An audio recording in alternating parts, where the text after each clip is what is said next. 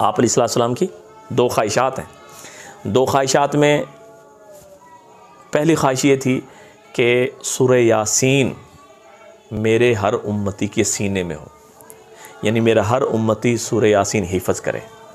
आज हम बड़ी बड़ी ख्वाहिशात पूरी करते हैं, बाप की कर रहे हैं, माँ की कर रहे हैं, चाचू की मान रहे हैं, मामू की मान रहे हैं, डॉक्टर बनने की ख्वाहिश और पता नहीं किसकी क्या ख्वाहिश है, सारी पूरी करते हैं। कभी हमने ये भी सोचा कि आप अलैहिस्सलाम की जो ख्वाहिश थी उसको हम पूरा करें, भी उसको भी पूरा करने। एक ये ख्वाहिश है और एक ख्वाहिश है कि सूरह मुल्क भी मेरे हर उम्मती के सीने में हो।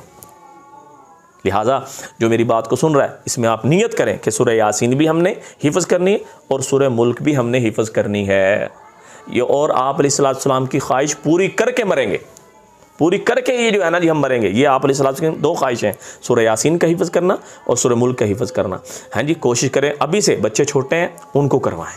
मेरी तो आदत है कि जो मदरसे में बच्चे नाज़रे वाले भी होते हैं उनकी मैं कोशिश करता हूँ कि सूरह मुल्क, सूरह वाक़िया, सूरह यासीन और सूरह अलिफ लाम मीम सजदा की मैं कोशिश करता हूँ कि ये सूरतें बच्चे बच्चियों सबको ज़ुबानी याद करवा दूँ। जो नाज़रे वाले हैं, हिफ़्ज़ वालों को तो वैसे ही आते हैं माशाअल्लाह।